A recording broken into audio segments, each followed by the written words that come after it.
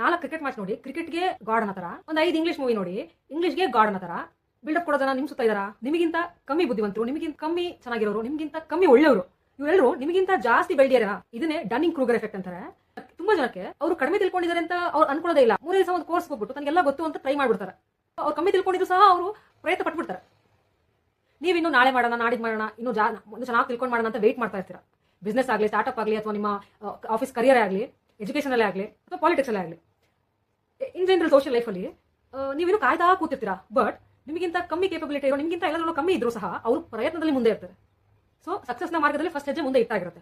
ಅವರು ಟ್ರೈ ಮಾಡ್ತಾರೆ, ಫೇಲ್ ಆದ್ರೂ ಪರವಾಗಿಲ್ಲ, ಮತ್ತೆ ಟ್ರೈ ಮಾಡ್ತೀನಿ, ಮತ್ತೆ ಇಂಪ್ರೂವ್ ಆಗ್ತೀನಿ ಅನ್ನೋ ಧೈರ್ಯದಲ್ಲಿ ಹೊರಟ್ಬಿಡ್ತಾರೆ. ನೀವು ಪ್ರಿಪರೇಷನ್ ಅದನ್ನ ತಗೊಳ್ತೀನಿ, ಆ ಫೋನ್ ತಗೊಂಡ್ಮೇಲೆ ಕೆಲಸ ಮಾಡ್ತೀನಿ, ಅಥವಾ ಇನ್ನೊಂದೇನೋ ಚೇಂಜಸ್ ಆಗ್ಬಿಡ್ಲಿ, ಮುಂದಿನ ತಿಂಗಳು ಮಾಡ್ತೀನಿ ಅಂತ ಪೋಸ್ಟ್ಪೋನ್ ಮಾಡ್ತಾನೆ ಇರ್ತೀರಾ. ಆದ್ರೆ ಅವರು ಒಂದು ವಾರ ಕ್ಲಾಸ್ ಅಟೆಂಡ್ ಮಾಡ್ತಿದ್ದಂಗೆ ಅದರಲ್ಲೇ ಅವರು ಮಾಸ್ಟರ್ ಅಂತ ಅನ್ಕೊಂಡು ಟ್ರೈ ಮಾಡೇ ಬಿಡ್ತಾರೆ.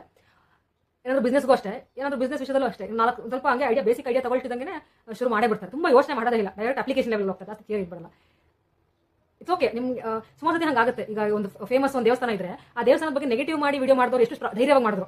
ಅದನ್ನ ಪಾಸಿಟಿವ್ ಆಗಿ ಮಾಡೋರು ಸ್ವಲ್ಪ ಡೇಟಾ ಕಲೆಕ್ಟ್ ಮಾಡಬೇಕು. ಹೇಳ್ತಿರೋ ಸರಿ ಇದೆಯಾ, ವಿಷಯ ಸರಿ ಇದೆಯಾ, ಅಥವಾ ಕೊಟ್ಟಿರೋ ವಿಷಯ ಸರಿ ಇದೆಯಾ, ಅಥವಾ ಸಮಯ ಸರಿ ಇದೆಯಾ, ಯಾರು ನೋವಾಗ್ತಿಲ್ವಾ, ಇದೆಲ್ಲ ಕಾಯಬೇಕು. ಅದೇ ಸುಳ್ಳು ಹೇಳೋನು ಅಥವಾ ಆ ದೇವಸ್ಥಾನದ ಬಗ್ಗೆ ಕೆಟ್ಟದಾಗ ಮಾತಾಡೋನು, ಇದು ಯಾವುದು ನೋಡಲ್ಲ. ಡೈರೆಕ್ಟ್ ನೀವು ವ್ಯೂಸ್ ಬಂತ, ದುಡ್ಡು ಬಂತ, ಕೊಲಾಬರೇಷನ್ ದುಡ್ಡು ಬಂತ, ಜನ ನೋಡ್ತೀರಾ, ಟ್ರೆಂಡಿಂಗ್ ಅಲ್ಲಿ ದಿನ ಮುಗಿತು. ಇದನ್ನೇ ಡನ್ನಿಂಗ್ ಕ್ರೂಗರ್ ಎಫೆಕ್ಟ್ ಅಂತಾರೆ. ಇದ್ರಲ್ಲಿ ಸಮಾಜದಲ್ಲಿ ಕೂಡ ಇದನ್ನ ನಾವು ಯೋಚನೆ ಮಾಡಬೇಕಾಗುತ್ತೆ. ಒಳ್ಳೆದನ್ನೆಲ್ಲ ತಗೊಳ್ಳೋಣ, ಕೆಟ್ಟದನ್ನ ಅಲ್ಲೇ ಬಿಟ್ಬಿಡೋಣ. ನಿಮಗೇನು ಅನ್ಸುತ್ತೆ ಕಾಮೆಂಟ್ಸ್ ಅಲ್ಲಿ ತಿಳಿಸಿ. 6 ವರ್ಷದಿಂದ ಈ ಟಾಪಿಕ್ ಮೇಲೆ ವಿಡಿಯೋ ಮಾಡಬೇಕು, ಆ ಟಾಪಿಕ್ ಮಾಡಬೇಕು ಅಂತ ಬರೀ ಬರ್ದಿಡದೇ ಆಗುತ್ತೆ ಬುಕ್ಕಲ್ಲಿ.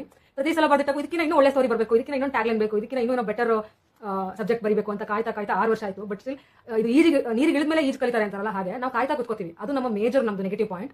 ಕಾಯ್ತಾ ಕೂತ್ರೆ ಈಜು ಬರಲ್ಲ, ನೀರಿಗೆ ಇಳಿದ್ರೇನೆ ಈಜು ಬರೋದು. ಸೊ ಪ್ರಯತ್ನ ಮಾಡಂಗೆ ಮಾಡಿ